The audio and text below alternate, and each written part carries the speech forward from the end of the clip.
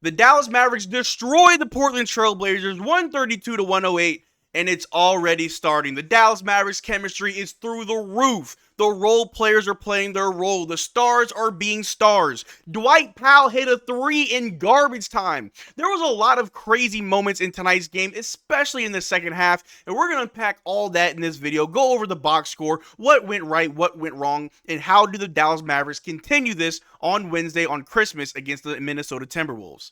But how's it going, everybody? My name is Marcel Martin. This is Mavericks Digest, bringing you the latest news on everything Mavericks related.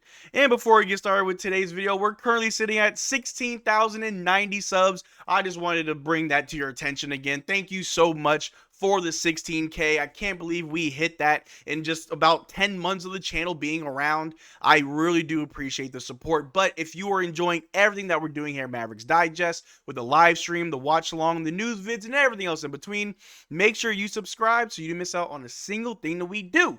But like I said in the intro, the Dallas Mavericks completely destroyed the Portland Trail Blazers. It wasn't even close. I mean, first quarter, sure, maybe as the Dallas Mavericks, they came out with the right energy.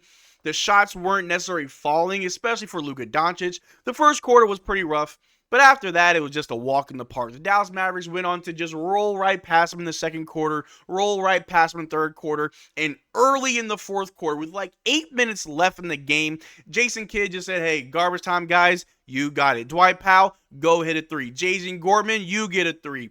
Kessler Edwards, get some cardio. Whatever it may be, the Dallas Mavericks as a team looked very, very good tonight. And I know that Portland Trail Blazers are a bottom feeder in the West. They aren't a good team, but it was a lot different this time around compared to last time, where it was kind of close at the end of that last game. The last time we played the Portland Trail Blazers, that they just couldn't miss a single shot. But it was different tonight. Our bigs played like bigs, especially Daniel Gafford. The landlord came to collect rent, dropped 20 plus points off the bench, was looking like a real threat out there. And don't you think I forgot about all those people saying they wanted to trade Daniel Gafford for Herb Jones?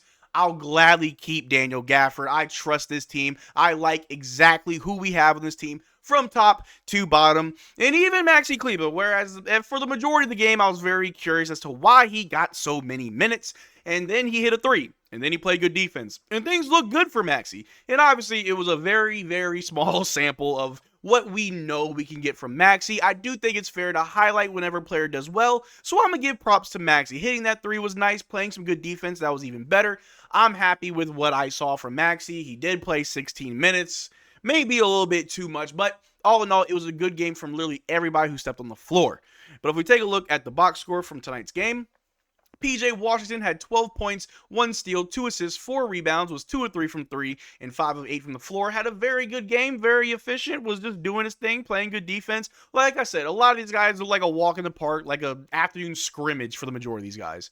And Derrick Lively only playing 16 minutes, as he did split that time with Daniel Gafford. Normally, we see Derrick Lively playing more minutes than Daniel Gafford, but Daniel Gafford was hot, so I'm guessing Jason Kidd wanted to just keep him going. But Derrick Lively, as a starter with 16 minutes, had 4 points, 1 steal, 1 assist, 4 rebounds.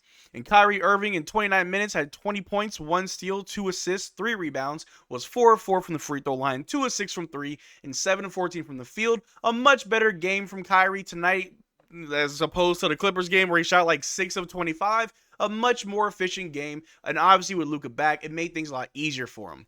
And speaking of Luka being back, Luka only played 30 minutes tonight. And in those 30 minutes, he had 27 points, 1 steal, 7 assists, 7 rebounds, was 6 of 8 from the free throw line, was 1 of 7 from 3, but all in all was 10 of 19 from the floor, and I'll take that. Games like this, where if Luka's not shooting that great from the three-point line, I'm not too worried about it. We obviously didn't need it, as this was almost a 30-point blowout to the Portland Trail Blazers, where our garbage time guys pretty much held the entire fourth quarter. All in all, a good performance from everybody, even if it wasn't their best performance. It was the fact that as a team, the Dallas Mavericks were able to come together, get the job done. Everybody played their part. I feel like no one really broke a sweat. They were just out there going through the motions. And so Luka Doncic, in my opinion, had a pretty good game. And Klay Thompson, again, having another great performance. In 18 minutes, he had 13 points, 2 steals, 2 assists, 2 rebounds, 3 of 8 from 3, 5 of 10 from the field.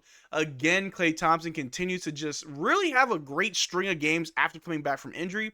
And I appreciate everything that he's doing. The defense, the offense, finding guys, getting steals, getting all these type of defensive stops has been crazy. I think Klay Thompson's defense is something that we don't speak about enough.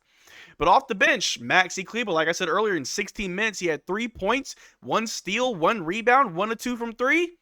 Cool. If you could do that on a nightly basis, I'm totally fine with that. It's the fact that Maxi doesn't score. It's the fact that Maxi may look like he's playing defense, but it doesn't feel like he's playing defense. I think for a lot of Mavericks fans, I think I can speak on y'all's behalf, where you want to see the prime Maxi. You want to see Maxi out there looking like Maxi of old. And even though he's just old Maxi, we're not getting prime Maxi. A performance like tonight, even against a bad team like the Portland Trail Blazers, I'm happy to see it. I don't hate Maxi. I just want him to do better.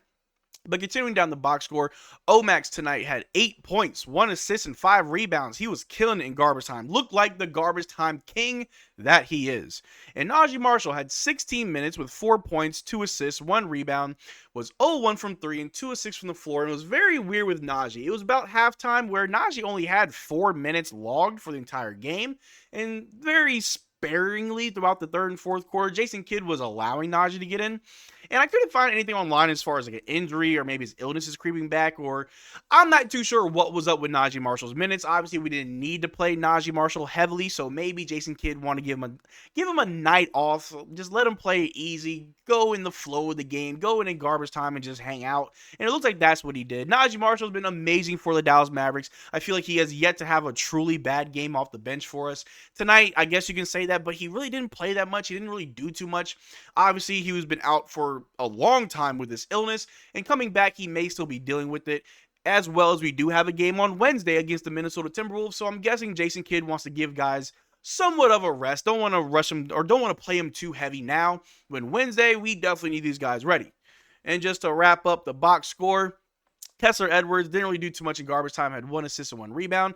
Dwight Powell had 7 points, 1 block, 1 steal, 3 rebounds, hit 1 3, 1 of 1 from 3, 3 of 3 from the floor. Dwight Powell was amazing, hitting a 3, getting steals, getting defensive stops. He tried to do a Euro step at late in the shot clock.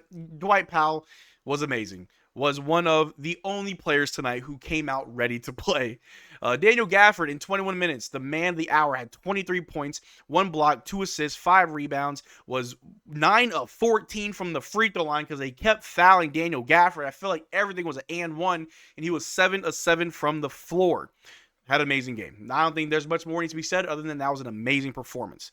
Spencer Dinwiddie, didn't really see too much of him, didn't really do too much, but like I said, everybody was doing their job, didn't really need too much from Spencer. Had 3 points, 1 steal, 2 assists, 1 rebound. Quentin Grimes in 17 minutes had 5 points, 4 assists, and 3 rebounds. And Jason Gorman had 3 points, 1 steal, 1 assist, and 1 rebound. Almost everybody who stepped on the floor scored except for Kessler Edwards. But all in all, this was the performance that we like to see, where everybody is playing their role, everybody's contributing in their own way. Even the garbage time guys who go in with 8 minutes left in the game, who are just there to just kill the clock, wind it down, close out the game. You have a 30-point lead, just don't blow it. And they did that. They actually looked pretty good in garbage time. But Daniel Gafford was phenomenal, and a player who a lot of you guys would easily and happily trade for Herb Jones, where I am on the side of no. You keep Daniel Gafford. Everybody says that we have the best big man rotation in the league between Derrick Lively and Daniel Gafford. And for a long stretch of games, Derrick Lively's looked phenomenal for the Dallas Mavericks. He looks like an amazing starting center. But on some nights where Derrick Lively may not have it all together, we have someone like Daniel Gafford who can step up for Derrick Lively, and he definitely did that tonight. 23 points off the bench. I was hoping he could get 30. Something that I don't think fans appreciate enough, that we have a big man in Daniel Gafford where we don't have to worry about anything. And even though it is the Portland Trail Blazers, DeAndre Ayton isn't that bad of a center. And Daniel Gafford still went out there and outperformed and did his job. But I'm kind of giving it away because only one player can stand on business, and as I've already said, it is Daniel Gafford for all of those reasons. 23 points, 1 block, 2 assists, 5 rebounds. The man was 9 of 14 from the free throw line. They just kept fouling. He just kept shooting. But honestly, I feel like anybody could stand on business. Anybody could have won that award, as everybody did their job. I don't think anybody really had a bad performance. Even the garbage time guys, everybody looked good. Jason Kidd had a very easy job tonight. It was definitely one of the games that we are expected to win, and we did that. We went out there and we won. And just a few things that I want to go over with you guys real quick. Like I said before, man, the landlord in tonight's W had 23 points, shot 100% from the floor, 5 boards, 2 dimes with 1 swat. Mavs move to 19-10. We are about a game behind the second place. We're still 4th in the West, but we're only 1 game behind the Houston Rockets, who are in the second place, or I'm sorry, in that second seed. So a very tight race in the West. Every win matters, every loss. We got to kind of double up. If you lose one, you better win 2. But to wrap it all the way up, this right here, Daniel Gafford tallied a season-high 23 points off the bench tonight versus Portland, topping his previous high of 22 versus San Antonio. The Mavericks improved to 5-0 all-time when Gafford scores 20-plus points. Daniel Gafford's doing a lot of things than just getting lobs, getting easy passes. He was also attacking the basket. He was putting the ball on the floor and going through traffic. I'm not sure if that's something that they worked on, but I love to see it. But let me know what you guys think in the comment section down below. Do you think Daniel Gafford stood on business? Do you think someone else could have won that award? Let me know what you think in the comment section down below. We could have a conversation about it. But that's all I got for you guys today. Thank you for making this far into the video. Make sure to check out our Twitter and Discord. Links in the description below. Consider becoming a channel member. We are doing a giveaway every single month on the channel. The only way to enter our giveaways is become a channel member of any tier. But until next time, y'all take care, drink water. Peace.